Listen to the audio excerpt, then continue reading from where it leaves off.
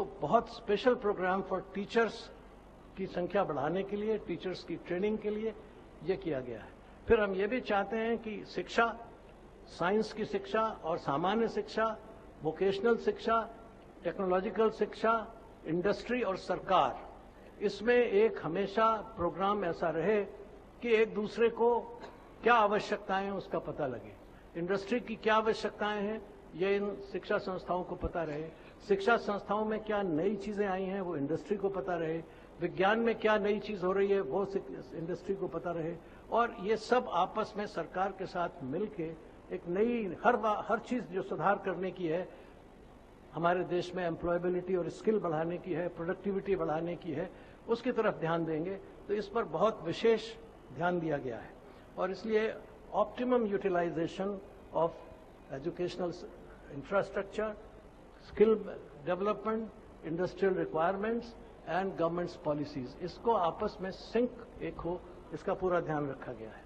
और दूसरी बात यह है कि शिक्षा सबको मिल सके, इसके लिए भी तरह तरह के जितने भी साधन हैं, ई एजुकेशन ये बहुत आसानी से दी जा सकती है, दी जा रही है, इसको स्ट्रेंथन करेंगे, पर्पसफुल बनाएंगे और इसके कंटेंट्स ऐसे होंगे ताकि ई एजुकेशन वाला व्यक्ति भी अन्य जो रेगुलर कक्षाएं होती हैं उसकी तुलना में कहीं भी पीछे न रहे, वो दोनों एक समान बराबर रहें। और इसलिए ई लर्निंग ये एक हमारा विशेष प्रयास रहेगा और इसका बहुत बड़ा लाभ जो डिसेबल्ड बच्चे हैं उनको मिलने वाला है। उनको हम एक कानून बनाना चाहते हैं उनके लिए, rights of the persons with disabilities, क्योंकि उनके अभी कोई अधिकार नहीं है, उनके पास बहुत सी समस्याएं हैं पर उनके निवारण का कोई उपाय नहीं है। तो बिल्डिंग्स कैसी बने, स्कूलों में वो कहाँ से बैठें, सर्विसेज में अगर वो कम्पीट करें तो उसके लिए क्या सुविधाएं हों, तो उनके लिए हम पूरी व्यवस्था करेंगे, ये बहुत ज़रूरी है। और जहाँ तक मैंने बताया कि हमारे छात्र, हमारे युवा, ये हमारे देश की सबसे बड़ी शक्ति हैं और इसके लिए जो हम सीधी बात कहते हैं कि भारत की जो डेमोग्राफी है वो हमारा बहुत बड़ा एसेट है, वो हमारी बहुत बड़ी पूंजी है और उसका हमें सदुपयोग करना है। और वो सदुपयोग करने के लिए हम हर तरह के प्रयास इसमें हमने लिखे हैं, वो आप देखेंगे। माइनॉरिटीज़ को इक्वल अपॉर्चुनिटी की बात मैंने पहले भी कही थी और उसके लिए मदरसा मॉडर्नाइजेशन, ये वाजपेयी जी के ज़माने में हम लोगों ने शुरू किया था कि हर एक मदरसा जो चाहे उसे एक साइंस और मैथमेटिक्स टीचर केंद्रीय सरकार अपने खर्चे पर देती थी। हम इसी का और विस्तार करेंगे और मदरसों का मॉडर्नाइजेशन करेंगे ताकि वहाँ से जो बच्चे निकलते हैं वो केवल अपनी धार्मिक और सांस्कृतिक शिक्षा में ही न रह जाएं, बल्कि वो आजकल की जो आवश्यकता है उसको देखते हुए समाज में एक प्रोडक्टिव, इकोनॉमिकली और अदरवाइज एक प्रोडक्टिव फोर्स के तौर पर भी सामने आए। फिर इसमें जो हेरिटेज साइट्स हैं देश में बहुत सी पुरानी, उनके का बिल्कुल क्यूरेट करना, उनकी व्यवस्था करना, डिजिटाइजेशन ऑफ आर्काइव्स उसकी व्यवस्था करना और preservation and promotion of languages जैसे उर्दू, उसका भी विस्तार करना। वाजपेयी जी के ज़माने में उर्दू, सिंधी, संस्कृत, तमिल, इन सब भाषाओं के बारे में बहुत कुछ किया गया था, तो हम उसी तर्ज पर इन भाषाओं के बारे में और बाकी भारतीय भाषाओं के बारे में बहुत कुछ करना चाहते हैं। दूसरी बात है कि हम परमानेंट इंटरफेथ कंसल्टेटिव मैकेनिज्म बनाना चाहते हैं, जिससे देश में एक दूसरे के बारे में जानकारी हो, परस्पर विश्वास हो और देश के धार्मिक नेताओं के माध्यम से एक हार्मनी का, समन्वय का, भाईचारे का वातावरण निर्माण हो, सद्भावना देश में फैली रहे। Bharatiya Janata party manual scavenging के सख्त खिलाफ है और उसे हम दूर करेंगे, ये हमारा कमिटमेंट है इसमें।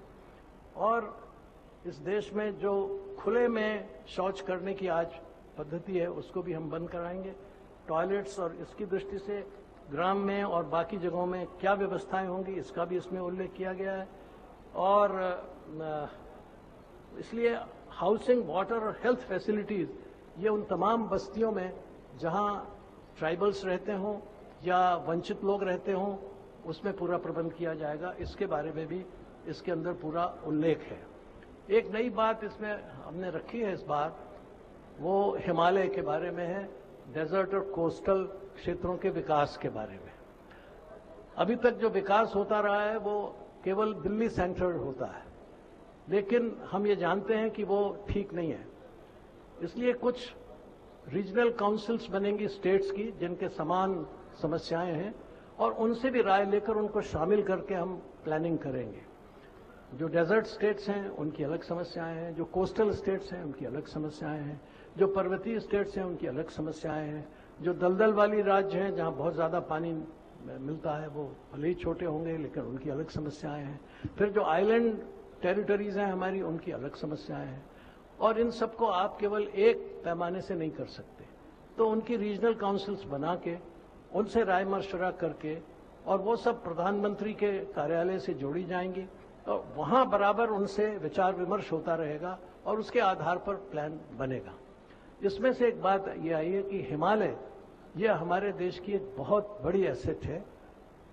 ये इस हिमालय ने हमारे देश को आकार दिया, it is given us our shape. इसने हमें वाटर सिस्टम दिया, इसने हमारी क्लाइमेट दी है, इसने हमारी कल्चर दी है। तो ये, और आज ये हिमालय मुसीबत में है, वहां का उसको टुकड़ों टुकड़ों में देखा जा रहा है। कहीं उत्तराखंड का है, कहीं कश्मीर का है, कहीं हिमाचल का है, कहीं नेपाल का है, कहीं नॉर्थ ईस्ट का है। तो ये हिमालय को हम अगर टुकड़ों में देखेंगे तो उसका समन्वित विकास नहीं होगा, इंटीग्रेटेड डेवलपमेंट नहीं होगा।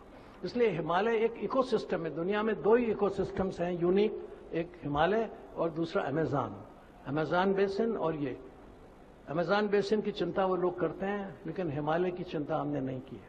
इसलिए एक हिमालय के बारे में निश्चित रूप से केंद्रीय सरकार के नेतृत्व में और उन तमाम स्टेट्स के साथ मिलकर एक dedicated fund for Himalayan development, एक डेडिकेटेड मिशन उसके लिए, और हिमालय की टेक्नोलॉजी का विकास करने के लिए एक डेडिकेटेड यूनिवर्सिटी हिमालय के लिए। वो एक भी हो सकती है, ज्यादा भी हो सकती है।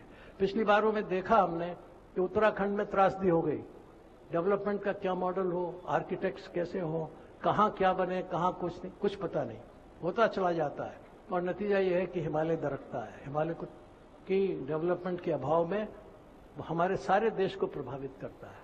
हिमालय से जलवायु प्रभावित है, हिमालय से जल स्रोत प्रभावित है, हिमालय से सुरक्षा प्रभावित है। एक हिमालयन रेजिमेंट बनाने की बात कही गई है सुरक्षा की दृष्टि से, ताकि वो सारे हिमालयी स्टेट से राय करके, रिक्रूटमेंट करके उसकी हम सुरक्षा करें।